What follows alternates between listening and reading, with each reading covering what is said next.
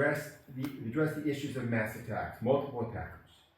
As you all know, recently in Amsterdam there was a massive attack on Israeli soccer fans who came to watch a game, which they lost, but they were attacked in a planned attack from Arabs from all over Europe. Actually, turns out who came there. It wasn't just Dutch residents, but also people from Germany and other countries.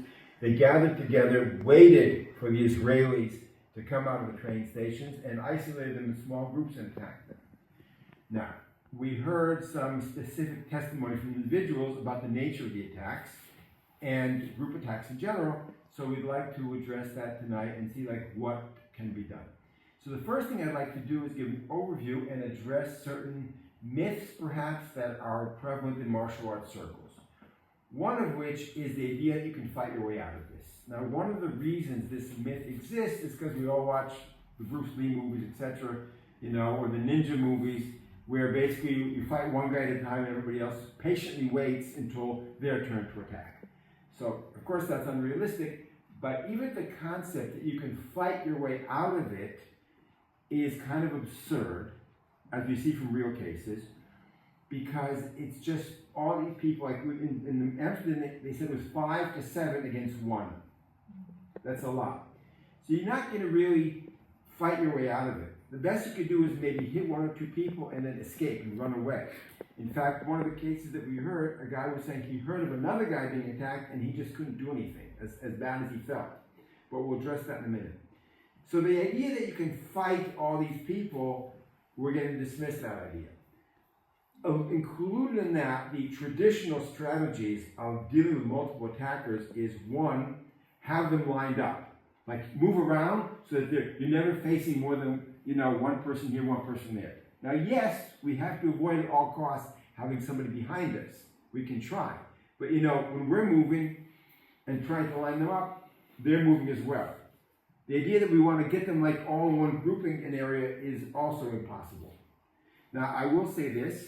I myself was involved over the years in 2 situations of multiple attackers, one in Brooklyn and one in Los Angeles. So I do have some personal experience with this. Both times it was against Arabs. And I can say again, they come from all directions. I can go into it more later, but they come from all directions very quickly. And the idea of grouping them together is simply not realistic. Next point I want to make is we have to understand it's chaos. It's a chaotic situation. It's not organized. It's not like I'm going to fight and move around. It's chaotic. It's unpredictable. And again, the idea that you can fight your way out of it is very, very difficult.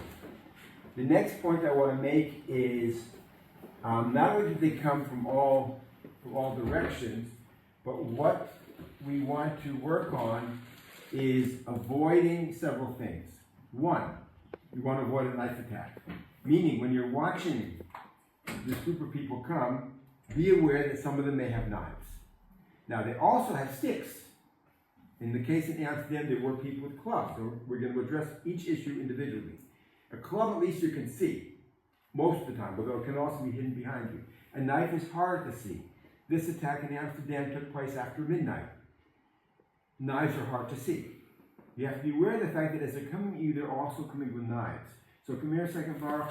So if we're going to take the traditional strategy and I'm fighting one guy, I don't see that over here there's a knife and he can stab me like this. So the idea that I'm going to box somebody, is also not realistic. The traditional wisdom is focus on one guy for a few seconds, knock him out, set an example, and then deal with the rest. But that 1, 2 punches, more than one punch, and you're at risk of being stabbed from below, which you can't even see in the dark. Okay, so it's a chaotic situation. What do we got to avoid? Knife attacks. We got to avoid at all costs being taken to the ground. This is not a Brazilian Jiu-Jitsu tournament with mats. Being taken to the ground is what they want. In the attacks in Amsterdam, that was the goal. The goal was to knock someone to the ground.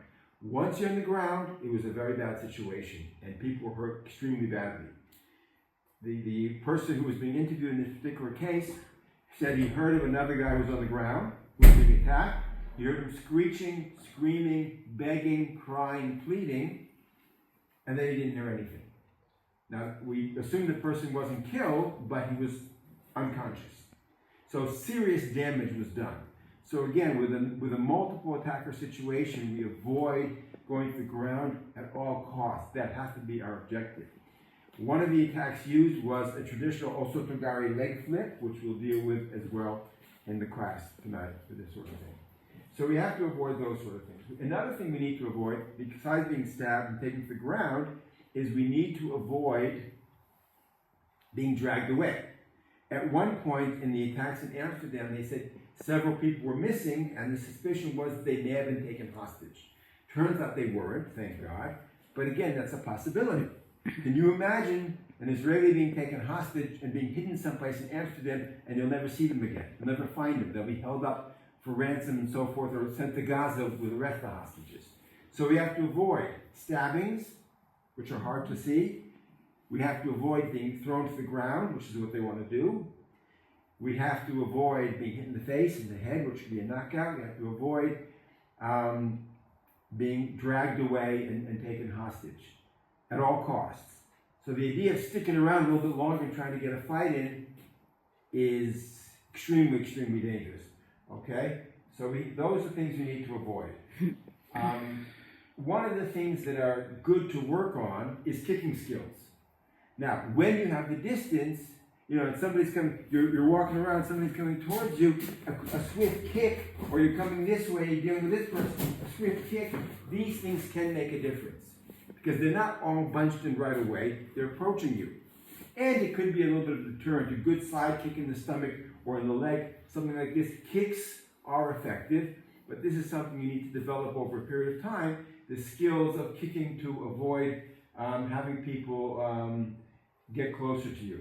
So those are the main points I want to address. We're dealing with multiple attackers.